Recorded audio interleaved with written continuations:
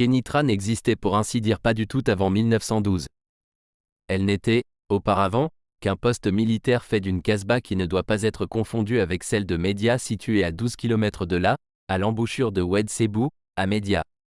Lors de la période coloniale, la ville de Kénitra a pris de l'importance avec l'arrivée des Français au début du XXe siècle, en 1911. Elle a été choisie comme site stratégique pour la construction d'une base militaire et d'une ville nouvelle. Le 15 août 1912, le général Lyautey décide du choix de Kénitra et des ordres sont aussitôt donnés pour commencer les travaux d'établissement de la base militaire. La casbah de Kénitra spacieuse et bien construite servit à installer les différents services militaires qui dès ce moment allaient se multiplier. Elle abrita les quelques fonctionnaires, le receveur des impôts, le commissaire de police. Ce qui avait été une mosquée à l'intérieur de la casbah était le domicile du contrôleur civil. À l'intérieur de la casbah, les bénicas avaient été aménagés en bureaux pour le personnel du contrôle civil. En dehors du bureau contrôle civil se trouvait celui des pompes funèbres et la prison civile. Une pièce avait été aménagée en chapelle, une autre en salle de classe. Le général Lyautey décida d'adopter Kénitra comme base de voie ferrée entre Salé et Fès et à partir de cette date on constate que la spéculation s'est abattue sur la ville. Aux environs de l'appontement près de la casbah de Kénitra, les arrêts sur les terrains pour affirmer les propriétés ainsi que les poteaux indicateurs de propriété sortent de terre tous les jours. L'importance de Kénitra devenant réelle, le général Lyautey décida que le port ne soit plus, à compter du 1er janvier 1913 réservé exclusivement aux seuls besoins de l'armée mais également ouvert au commerce maritime et l'activité économique créa une ville à Kénitra.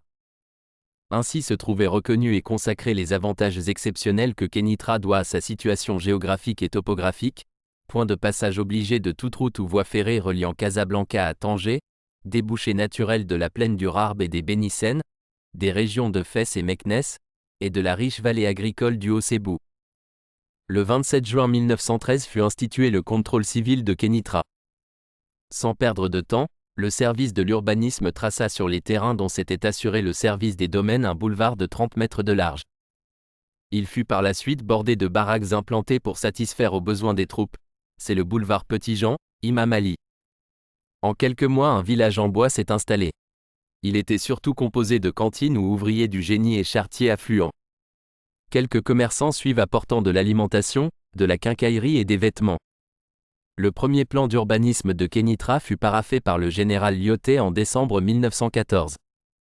Ainsi, Kénitra prit une importance considérable et s'agrandit rapidement, on y bâtit une véritable ville portuaire et fortifiée au bord de l'océan et du fleuve Sebou. Par sa situation géographique facilement accessible par route, par rail, par mer et par les airs, Kénitra devint donc facilement habitable et joignable. Après l'indépendance du Maroc en 1956, Kénitra a continué à se développer en tant que centre industriel et agricole. Elle est devenue une ville importante pour l'économie marocaine, notamment dans le secteur de l'agroalimentaire. Au fil des décennies, Kénitra a connu une croissance économique significative. La ville a attiré des investissements industriels, notamment dans le secteur automobile. En 2012. Ainsi, l'histoire de Kénitra est étroitement liée à son rôle stratégique pendant la période coloniale et à son développement ultérieur en tant que centre industriel et économique au Maroc. La ville a évolué au fil des ans pour devenir un lieu important sur la carte du pays.